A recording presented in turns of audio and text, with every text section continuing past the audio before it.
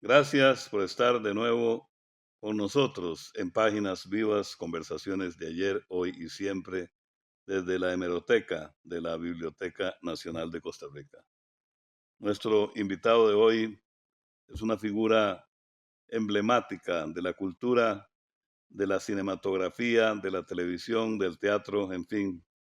Teníamos un guión previo para hablar de algunos de sus largometrajes, pero empezamos antes de grabar. Decía el maestro, la vida lo va llevando a uno por muchos caminos. Entonces, por lo menos en esta primera ocasión, maestro Óscar Castillo, gracias por estar con Roberto, nosotros. muchísimas gracias por tu invitación. Maestro, Siempre, como siempre, sos muy generoso. no, por favor, maestro de generaciones, porque si hablamos de toda la muchachada, que ya, no, ya la muchachada anda también por los 70 años, que se formó en el barrio, en la pensión, en Eulalia, en la producción de la cegua, en todos los ámbitos, con ustedes pioneros de la Sala Garbo y de Ismofilm, con figuras como Carmen Naranjo, como Samuel Robinsky, como Antonio Iglesias, y con visitantes y amigos como Julio Cortázar. En fin, maestro, no hay guión. Gracias por estar en este programa que es un homenaje a los periódicos viejos que no lo son tanto, porque cuando se abren esas páginas de toda una trayectoria, se vuelve a vivir y se comprueba que bueno, que como diría Daniel Gallegos, el pasado no es tan extraño, no es un extraño No, país, no, no, es, está en nosotros. está en nosotros y es producto de toda una trayectoria. ¿Qué El, reflexión el problema podemos? sería quedarnos en el pasado, Así pero, es, pero hoy el presente, nosotros hoy, ya, en un presente que posiblemente sea muy corto lo que quede, pero este, estamos hechos de pasado. así Y es, el país, y la sociedad costarricense, y la cultura costarricense.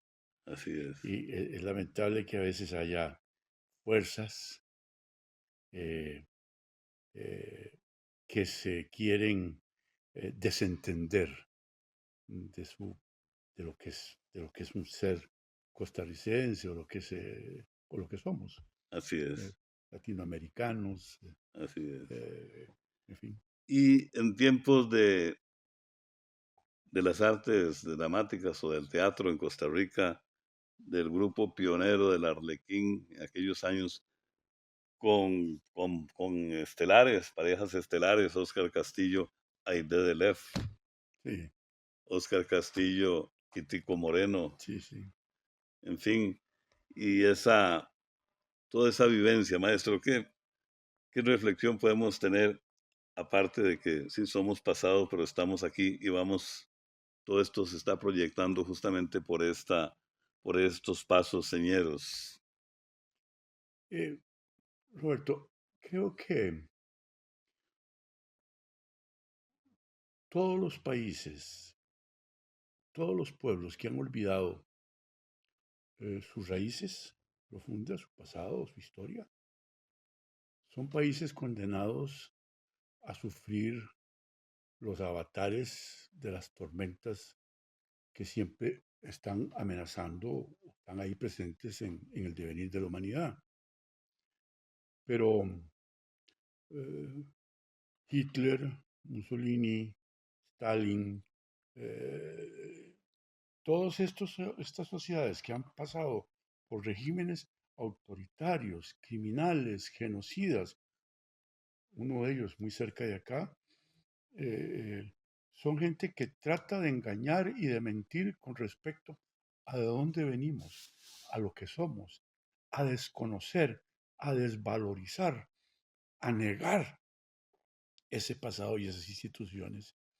Los costarricenses siempre hemos presumido de cierta singularidad, al menos en toda el área, en la región, en América Latina. Yo recuerdo cuando Keith Stife, que era el director del Teatro San Martín de Buenos Aires, vino a ver una pasada, estábamos con la Compañía Nacional de Teatro en el Teatro del Museo al aire libre, y se quedó sorprendido del nivel y la calidad del teatro que nosotros hacíamos en esa época. Yo no quiero decir con esto que hay que volver a hacer eso, Claro, pero sí esa búsqueda por la excelencia, porque es un teatro enraizado en lo que es un ser costarricense que buscaba un futuro mejor, una sociedad más armónica, menos desigual. En fin, claro, cuando eso se olvida, las sociedades del mundo entran en un problema. Y de ahí la importancia de la cultura, claro. que es esencial porque es es el reflejo de lo que hemos sido. Así Y es. está aquí en estos periódicos, por ejemplo. Está, exactamente, está en estos periódicos. Vamos a hablar indistintamente en saltos de tiempo, en una conversación que tuvimos hace unos años en el programa Lunes de Cinemateca, allá en el canal de la Universidad de Costa Rica, conversando sobre la disyuntiva de Óscar Castillo, director, productor del largometraje Eulalia en 1986-87, se estrenó en 1987, cuando se queda sin el respaldo de, de los mexicanos. Sí. Y Bueno, entonces la usted toma coproducción. una decisión en un hotel allá en México, ¿Qué esperando memoria? una llamada telefónica. ¿Qué memoria tenés? Y entonces es conmovedor porque toma una decisión. Si no quiere Churubusco, si no quiere Estudios América, pues recuérdenos eso, que usted llamó al maestro Víctor Vega, director de fotografía. En realidad, este, eh, para ese momento, eh, eh, yo me había separado de Ismofilm y de la Sala Garbo, Correcto. ¿verdad? Y entonces, el que había sido mi socio en lo de conciertos internacionales Sí, y que en esa condición todos los días del mundo me decía que quería ser socio de la Sala Garbo y quería ser socio. Pasaron, no sé, 2 años en pedir y pedir que quería estar en la Sala Garbo y Ismofilm, que era Nico Baker. sí, cómo no, Este, yo lo inolvidable. llamé por teléfono y le pregunté desde México, le dije, Nico, eh, todo el equipo que compramos, ¿verdad? Que ahora usted tiene el poder sobre eso. Quiero saber si lo puedo utilizar para hacer una película. Y él dijo, sí, claro, ahí está. Y efectivamente la hicimos, la película, con todo el equipo que habíamos comprado originalmente en Ismo Film. Ya con eso en la mano, ya seguía después Víctor y seguía todo lo demás, Claro, pero ya teníamos una base para poderlo hacer y claro. una casa que se hipotecó para poder hacerla, para conseguir la Estamos plata. hablando de la película Eulalia, precisamente. Y además con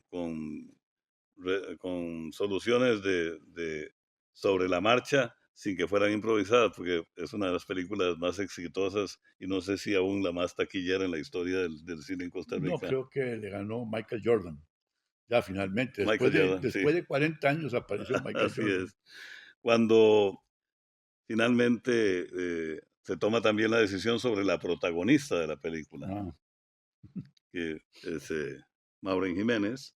eh, y todas esas circunstancias que se dieron son muy interesantes porque marcan hitos. Si estamos hablando de Eulalia, nos adelantamos a antes que se hizo La Cegua o a Patria Libre o Morir, en fin, porque este maestro tiene tanta historia y como decía al principio, nos decía, la vida lo lleva a uno por muchos caminos. Sigamos hablando de caminos en este corto espacio, por lo menos para introducir nuevos programas, porque hay que hablar de la teleserie El Barrio con Oscar Castillo, hay que hablar de la teleserie La Pensión, que duraron años en la televisión, y la formación de cuadros técnicos de actuación y en general del cine y la televisión, maestro. ¿Qué reflexión le surge en este momento después de todo esto realizado?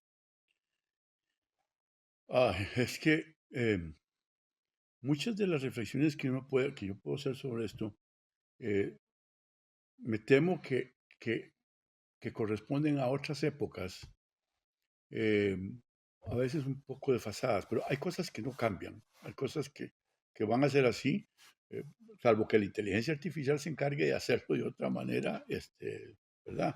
Que aparentemente podría ser, pero no creo. Eh, eh, Se ha ido dando un fenómeno muy particular. Si hablamos de televisión, o hablamos de cine, o hablamos de teatro, eh, para mí es muy difícil concebir hoy que, que el teatro Alberto Cañas, ¿verdad? Ujú. La aduana, Ahí en el complejo La Aduana, o el correcto. teatro de 1897, eh, 1887, eh, sí, aquí en el CENAC, en el sí. Sena, estén cerrados. Sí, Que no haya compañía nacional de teatro, que no haya ni director en la compañía nacional de teatro. Entonces uno se pone a pensar, en qué estarán pensando? ¿Qué significará cultura para ellos? ¿Qué significará cultura para la gente que no le pone cuidado a las bibliotecas? O a lo esencial que es para nuestro ser y para lo que venga, una biblioteca. Lo que hay aquí, el trabajo que hacen aquí, es uno. Entonces, claro, de pronto, un día de estos, una persona que está en una institución muy importante, conversando sobre qué hacer y qué debe hacerse y cómo hacerse. Después de una conversa de 2 horas, al final se despidió de mí diciéndome, don Oscar, mucho gusto conocerlo, sin duda usted es historia. O sea, íbamos a hablar de la posibilidad de hacer programas o de hacer cosas. Y sí. entonces el señor dijo, usted es historia, o sea, ya jugó, ¿verdad? Ya usted se acabó. Qué ironía. Entonces, yo me quedé dándole vueltas a eso y dije, bueno, puede ser, muchas gracias, le dije, por pensar eso, pero en realidad lo que estaba en discusión eran principios, esencias, fundamentos de lo que debiera de ser la cultura en un país y de lo que significa la cultura para una sociedad. Y los medios que se pueden tener en manos del Estado esenciales para que eso no se pierda. Es una discusión muy larga que existe en el mundo entero, que existe, pero hay países que son los que van más rápido y que se adelantan más en el mundo hoy en día, sobre todo con este desplazamiento que se ha dado en el mundo de que el centro del mundo dejó de ser Europa, ¿verdad? El eurocentrismo y Occidente para desplazarse hacia Oriente. En ese desplazamiento, vos ves cómo esos países de Oriente, con historias infinitamente más largas que las occidentales, Así es. penetran todos los días del mundo e invierten cualquier cantidad en recuperar esas historias, esos valores y esas esencias. Así es.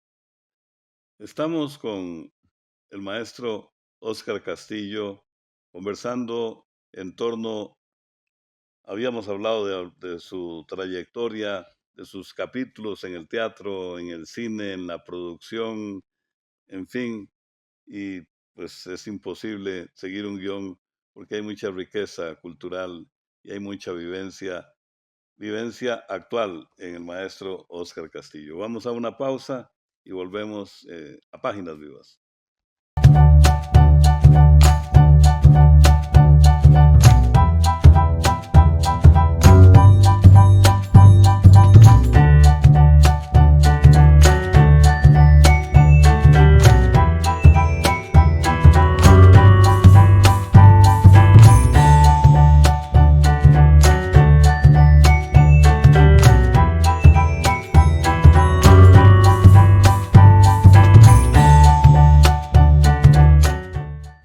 Continuamos en Páginas Vivas, conversaciones de ayer, hoy y siempre, desde la hemeroteca de la Benemérita Biblioteca Nacional de Costa Rica, hoy con el maestro Óscar Castillo.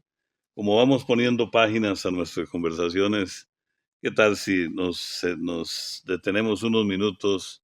Vamos a ver, porque hay para escoger La Cegua, la producción de la película, la producción y actuación de Óscar Castillo en la película La Cegua del año 1984.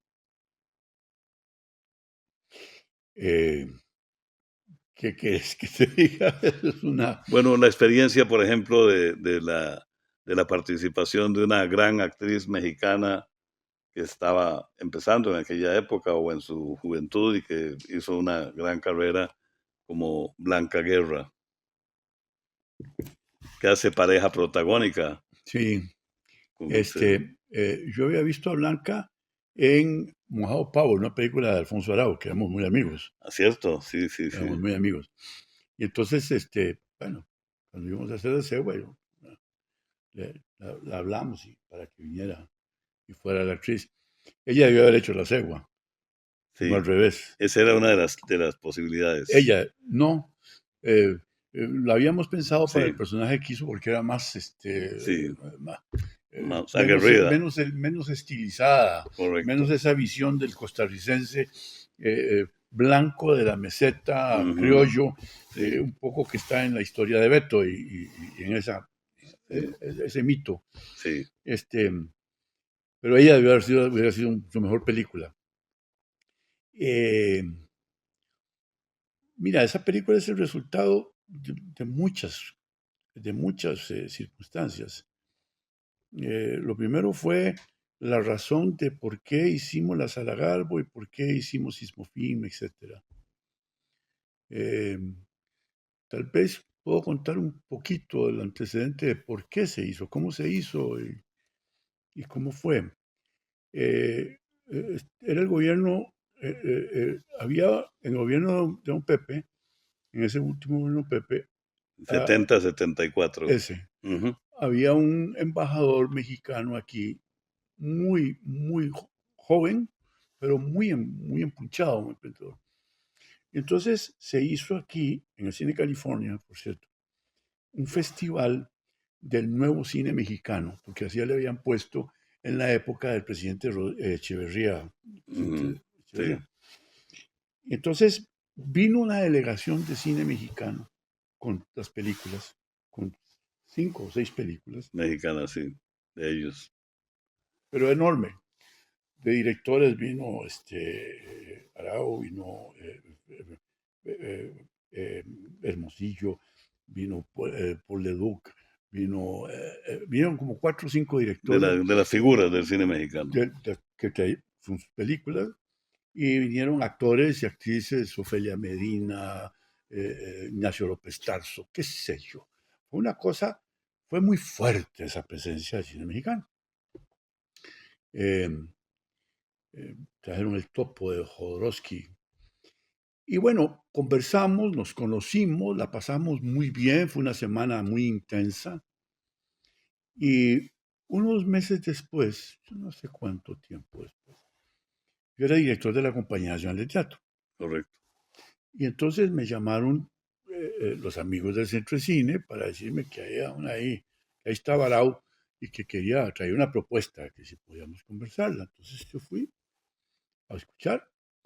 Eh, ellos estaban creando en México, a ver, todo el cine latinoamericano y todos los cines, y aquí esto era una presión muy grande en que estábamos en manos del cine norteamericano. Sí, Aquí no se veían películas, hacía años que no venían películas ni argentinas, ni españolas, ni mexicanas.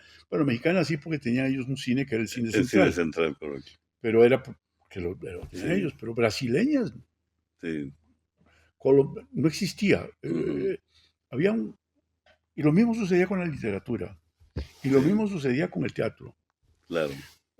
y con la televisión. Excepto que en la televisión, de nuevo, las telenovelas mexicanas. No, no Ujú, existían las demás, solo las mexicanas. Entonces ellos habían creado para el cine como cine independiente en México dos cosas. El banco cinematográfico, que era un banco donde se iban a darle crédito y se iba a financiar películas, proyectos, claro. con un concepto muy importante que era el de industria. Que a mí esa palabrita aquí, yo quise meterla en la ley y en esas cosas y nunca logré Ujú, que aceptaran eso. Y crearon una cosa que se llamaba DASA, Directores Asociados SA, en la que formaron parte estos que te acabo de mencionar. ujú, Olhovich era el que estaba ahí, el Macho Isaac era parte de todo eso. Y entonces la idea era producir y, y, lograr distribuir en México y producir sus propias películas. Pero no sé si fue solo idea de Arau, o fue idea posiblemente del gobierno mexicano, convertir eso en directores asociados latinoamericanos S.A., crear otra.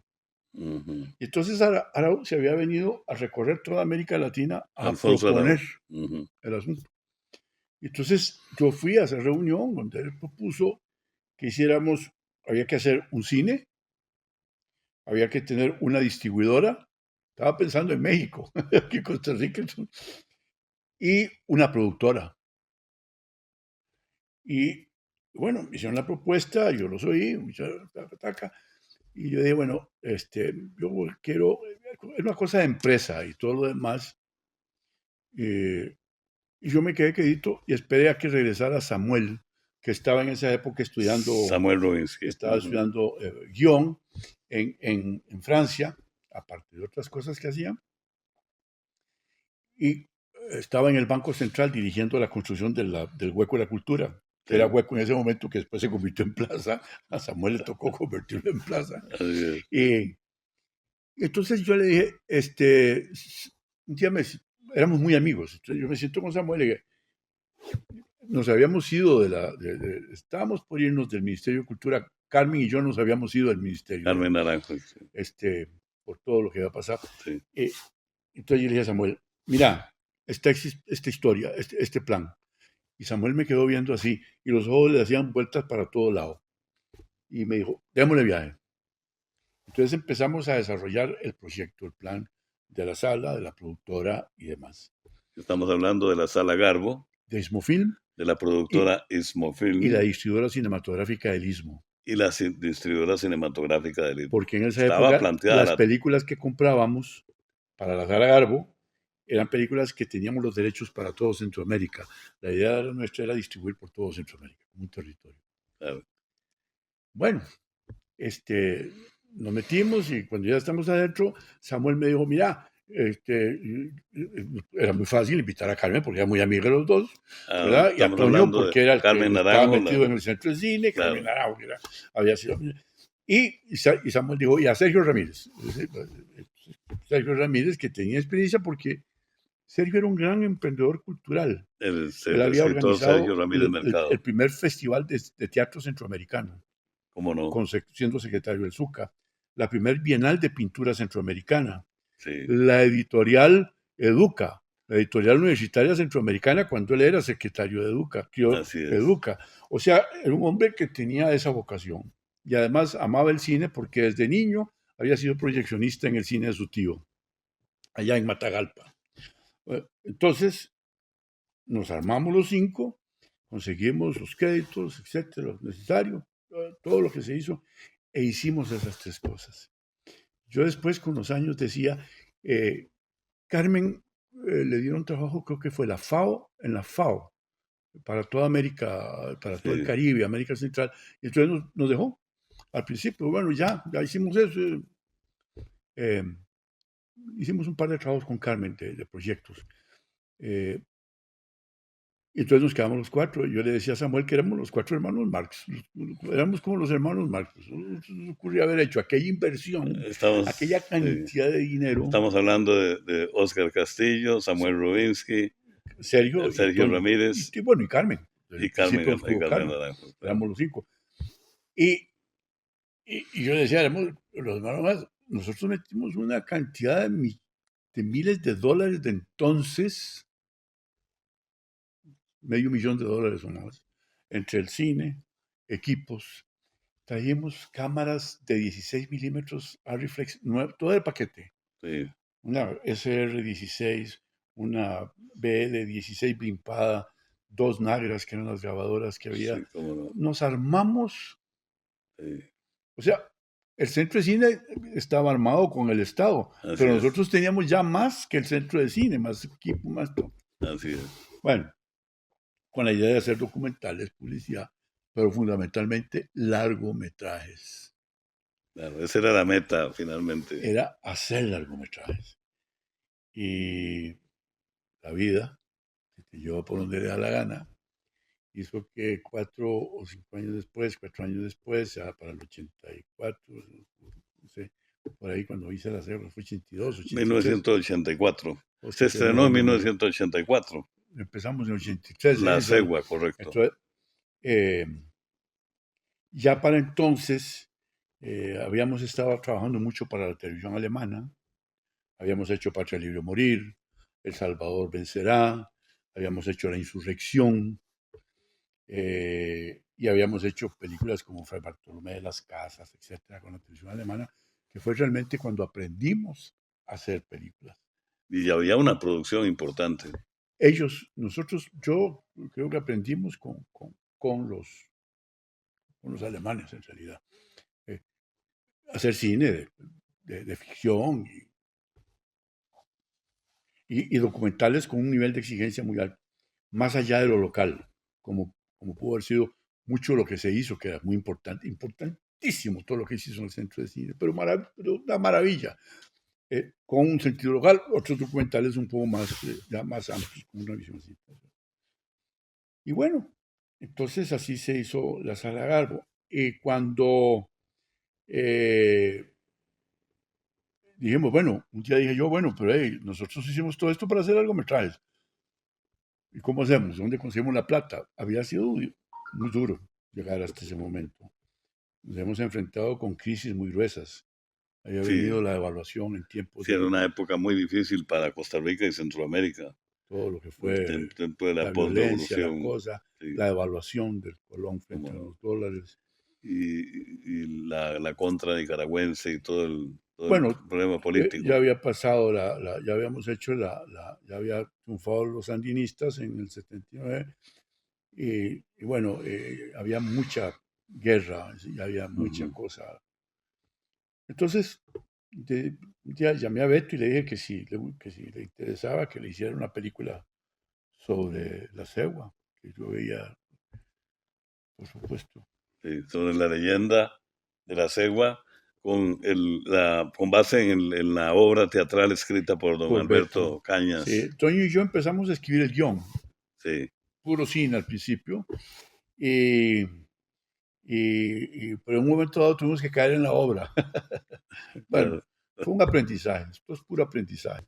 Bueno, sospechábamos ya que iba a ocurrir, que nos íbamos a quedar en esta edición de Páginas Vivas apenas enjuagados, porque la amplitud, la trayectoria, las vivencias del maestro Óscar Castillo han sido tantas y han formado parte de nuestra historia en la producción cinematográfica en la actividad teatral, en la promoción cultural tan amplia que no queda más que comprometerlo, maestro, para una próxima edición o varias ediciones para hablar puntualmente. Hoy introdujimos apenas la cegua para hablar de Eulalia, para hablar de El Compromiso, sin olvidar todas las películas anteriores, hablar de la teleserie El Barrio, de la teleserie La Pensión, en fin, de toda esta maravilla de producción audiovisual profesional que usted ha desarrollado con la escuela que ha formado y con los cientos de muchachos y muchachas que se han formado